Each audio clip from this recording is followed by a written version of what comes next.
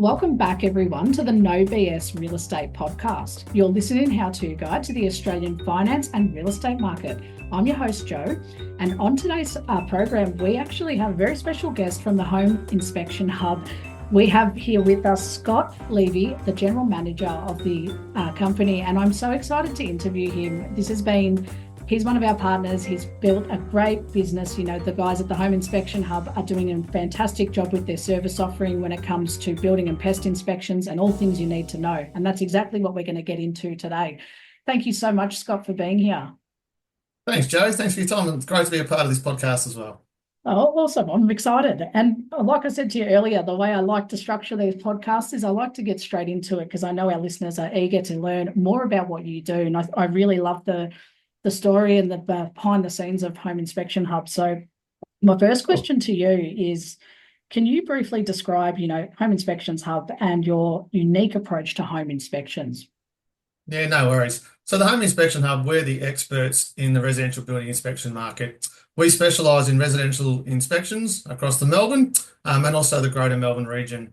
We're there to be the independent guide for customers. So when they need a report done, when looking at buying a property, we want to give them a quality service and a comprehensive report so that they really do know what's going on with the property.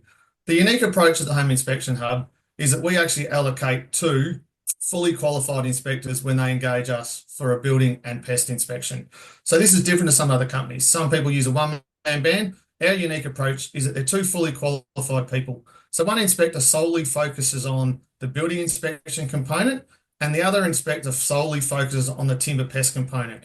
So again, our unique approach is that we will actually provide the client with two reports at the end of the inspection. One that focuses on the building issues and talk about the building components, and the timber pest one will solely be focusing on that issue because it's obviously a big issue in certain areas around Melbourne, and we want to make sure that the clients get as much information that they can before they make that purchasing decision on that property. So we try and understand the needs of all the clients that come to the Home Inspection Hub, and we try and make sure that we understand what their timeframes are.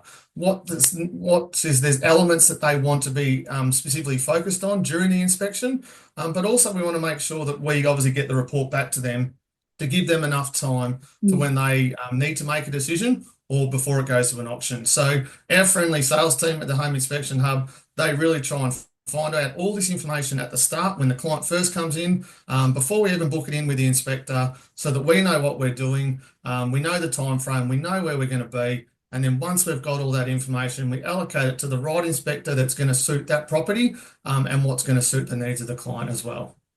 That's awesome. It's so interesting, that approach of the two, right? Because you're right. There's the most common approach I've seen on market is always it's a building and pest inspector in one. So it's one inspector that goes to, the property like during that settlement phase or before settlement, I should say.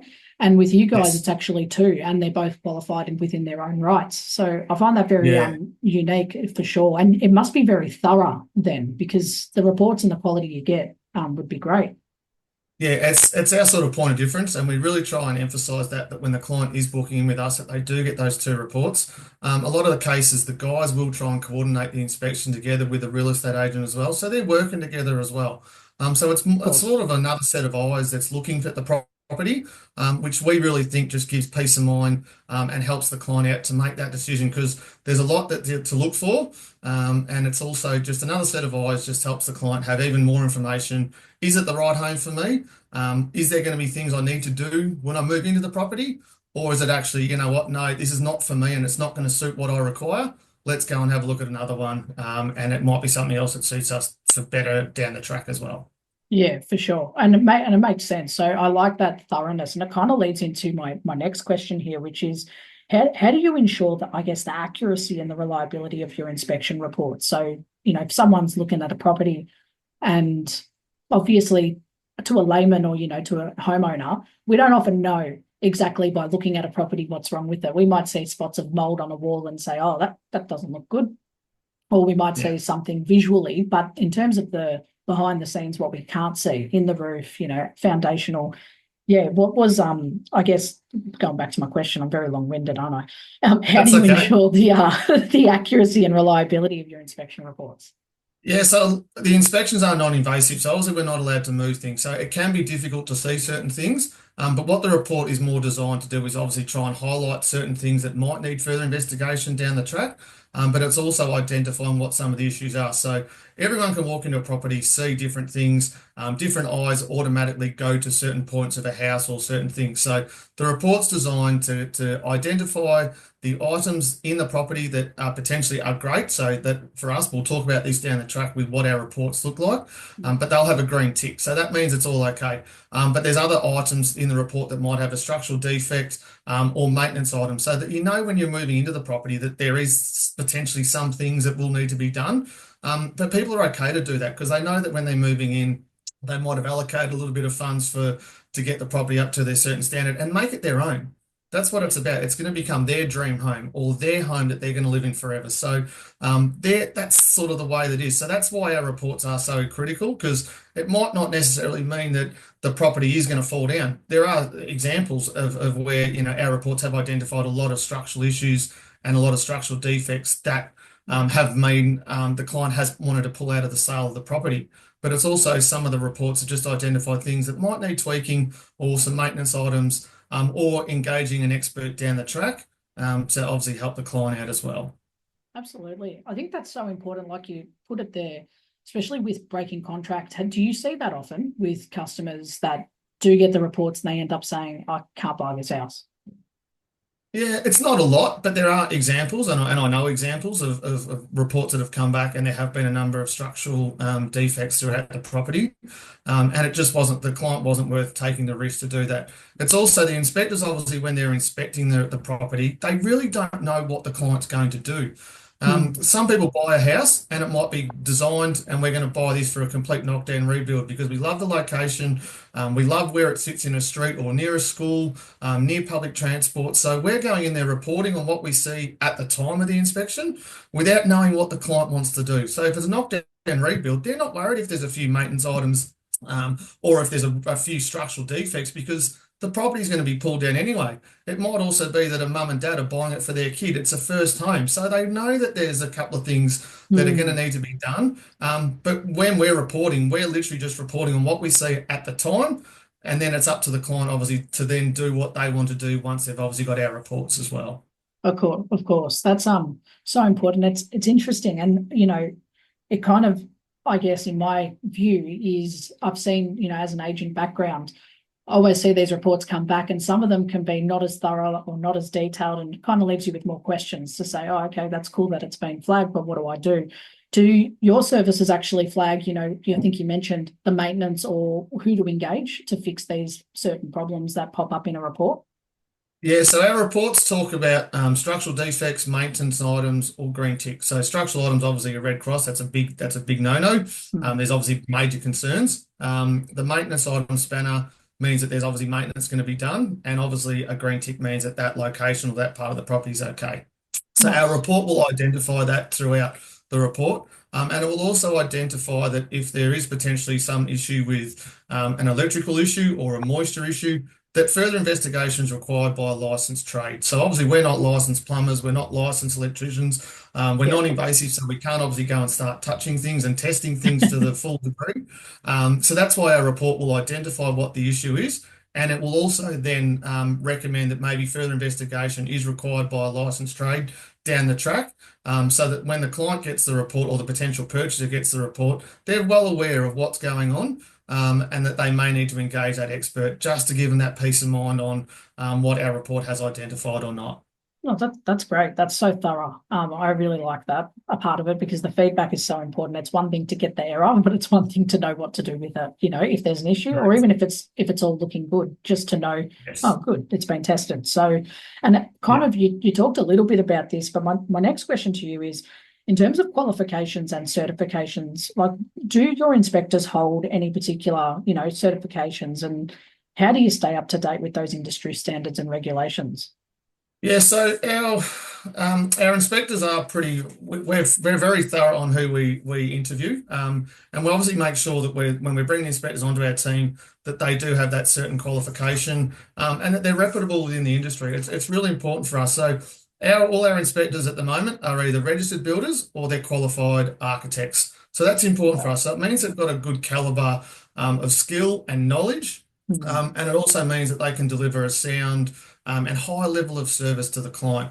We've also got one inspector that can do pool inspections, the pool and spa safety barrier inspection. So again, it's another service that we've brought in-house that we can now obviously offer to clients.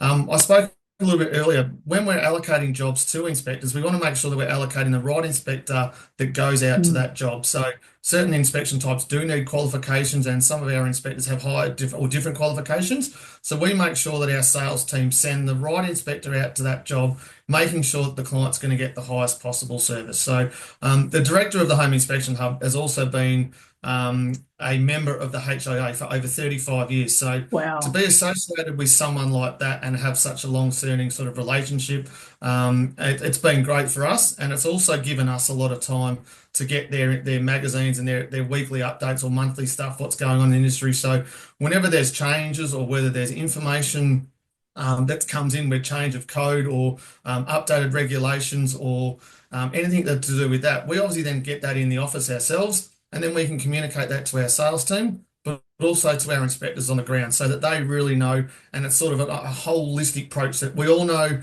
what's going on. We're all on the same page. Mm. And we're staying up to standard in industry standards. So the construction, the real estate industry, the last few years, it's sort of gone through a whirlwind of changes. The high interest rate rises, the cost of living pressures that's gone on. Like it's been in the news, Yeah. I guess every night when people turn on the news when they're at home. So to make sure that our guys are keeping across what's going on, it's really important. I guess the other thing Yeah. is that a lot of our inspectors are still building as well, so they're actually still on the tools. Oh, So there you they're go. also keeping their ear to the ground by either building homes or they're working on building projects. So they're also staying across what's going on. They're talking to like-minded people in the industry. And that's really important because obviously they're communicating with other people that have got the same passion, the same involvement, Mm. and really want to make sure that they're staying across what goes on, so that they can obviously keep up to date. And they're hearing things on the ground, they can then communicate that back to us in the office, and then we can obviously have a chat about it. And if there's changes to wording or industry stuff that's going on, we can then make sure that we're right across that. That's excellent. I really loved that answer because it's so thorough. I think professional wise, it's very hard to know who's going out. So you don't know if there's like a certification or a qualification that you complete specifically to be a building inspector or, pest inspector. But you've summed it up so nicely. And I guess it ties into, like you said, why, and going back, why you have the two professionals going out there rather than, one or two for the price of one. I think that's so Yes. unique. And having those qualifications, especially the HIA long-standing membership, it speaks volumes, because that industry itself, we know the building industry is heavily regulated.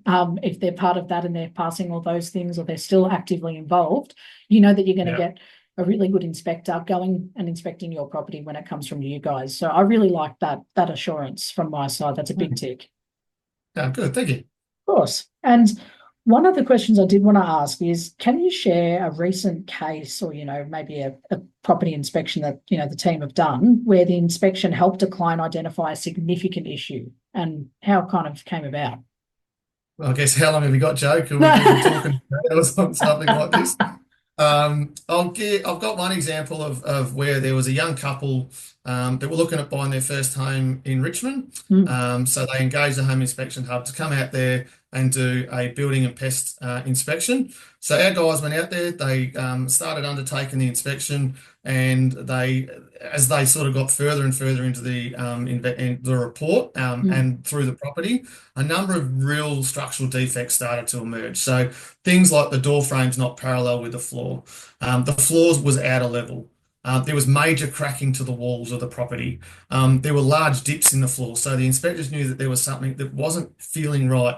And in Mm. certain places, the floor had also dropped up to 10 millimeters in certain locations. So they sort of started to think there's a lot of major concerns and defects that are going on with this property.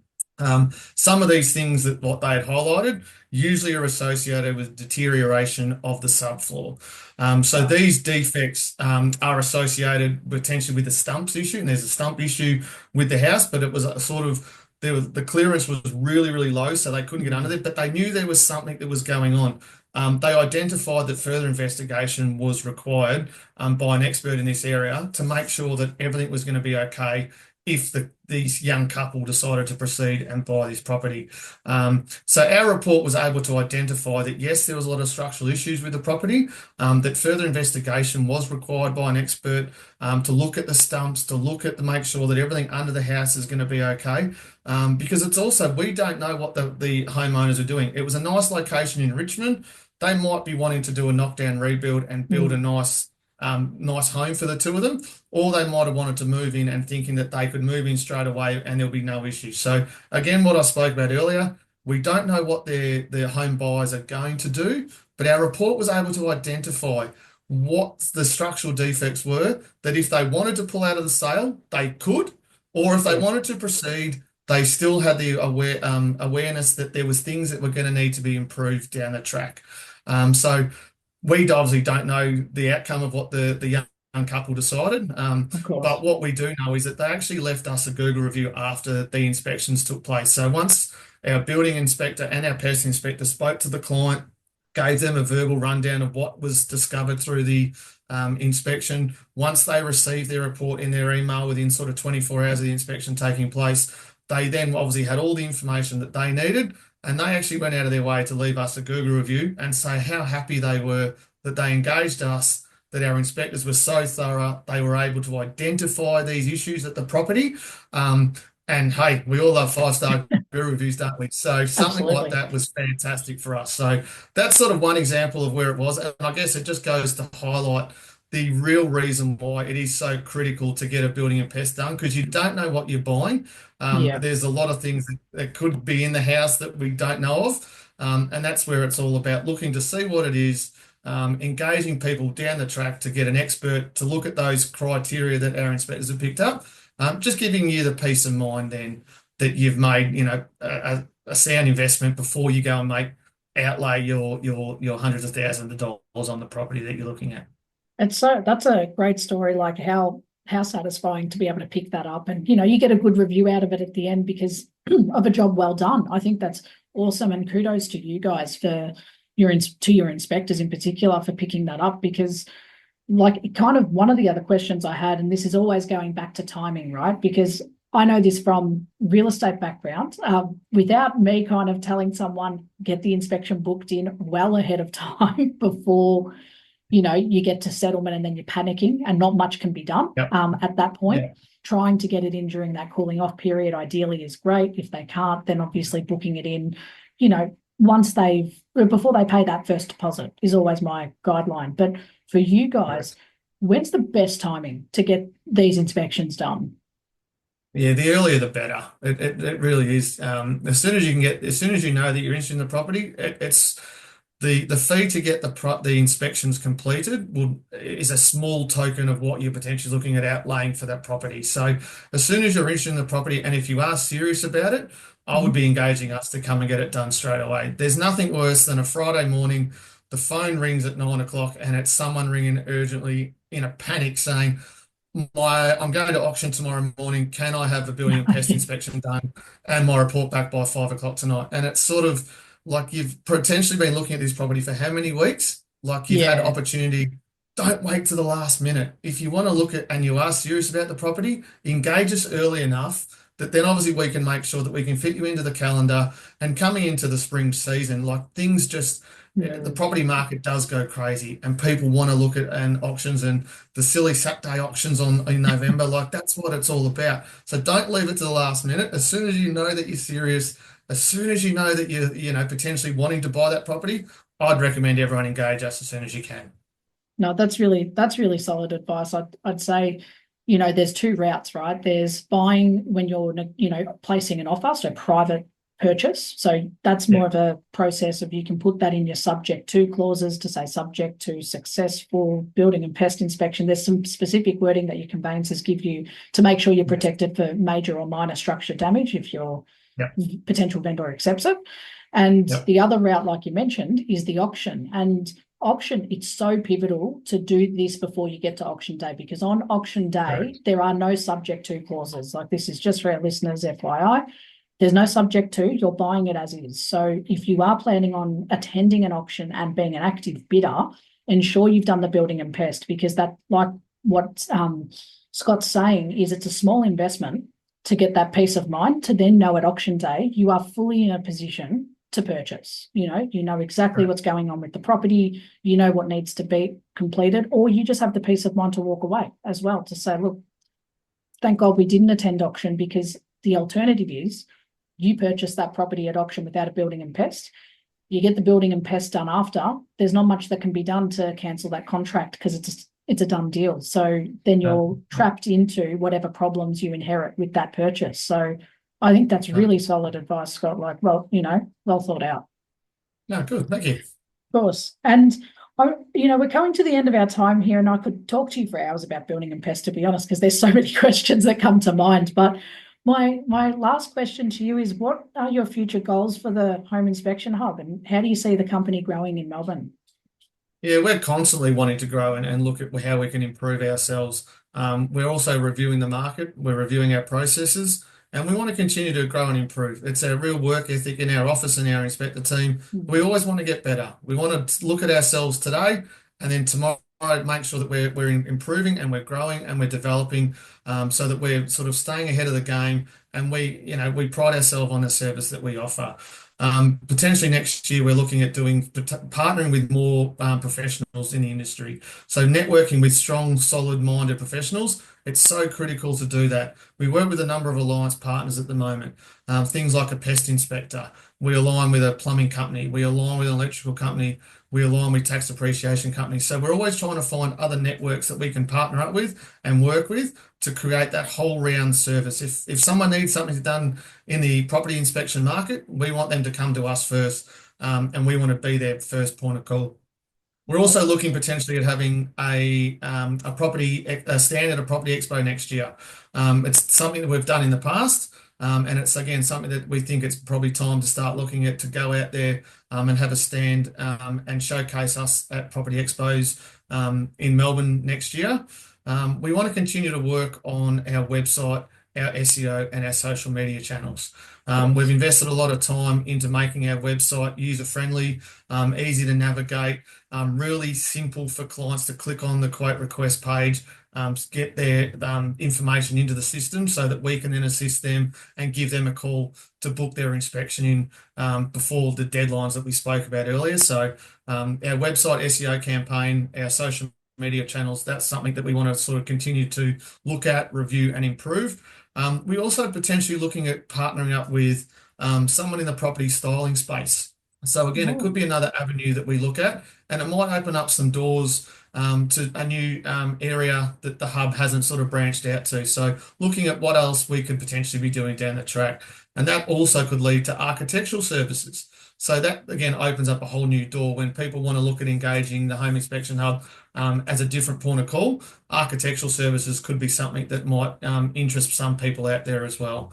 And I guess we also want to make sure that our inspector base and our serviceability areas is where it needs to be. So that's constantly reviewing where our quotes are coming from, where our guys are located, so that we can obviously make sure that when the inquiry comes in, that we can try and service as much of that Melbourne and Greater Melbourne area as we can, and trying to constantly looking at our service levels to make sure that we can meet the demands that comes in as well. I guess lastly, we also want to make sure that we're investing in our people. We want to make sure that we're investing in our office team, but also our inspectors on the road. Our sales team in our office, they're great. They're the first point of call that when a client rings up and talks to someone on the phone, that's their first engagement and engage and I guess point of contact. So we want to make sure that that's a warm, a positive, and a welcoming experience, and that when they deal with our inspectors, that they're getting that information, they sort of feel like they're getting all the data and all the information about the property that they can, so that when the email gets sent to their inbox and it's got the information in it, they've sort of had that whole round experience with the Home Inspection Hub, that they're like, I'm glad I engaged with them, and I'm feeling like I'm aware of what's going on in the property that I'm looking at and potentially my dream home. That's amazing. What a great answer, Scott. I'm so excited to be part of your journey. I'm so thrilled to have, you guys as part of the Abodi professional offering. I think it's a great service, and this interview has really highlighted, not just to me, and I'm sure to our listeners as well, exactly what you guys have on offer, what plans there are for future, and the quality and the service that you offer in your business. It's great. And thank you so much for being part of this interview process and for, coming and representing the Home Inspection Hub. I'm so excited for your future. No worries. Thanks, Joe. It's been great. And like I said, it's great to be a part of, and we're looking forward to the journey as well. Amazing. Well, thank you everyone for tuning in today. You've been tuning into the No BS Real Estate podcast. You can catch up on this episode on Spotify or wherever you get your podcasts. And if you're listening in our app, good luck on your home purchase journey. Reach out to our professionals. You can have a look at Home Trades Hub within the app to see if they are the service that you need to engage on your next building and pest inspection. We look forward to seeing you next time. See you later.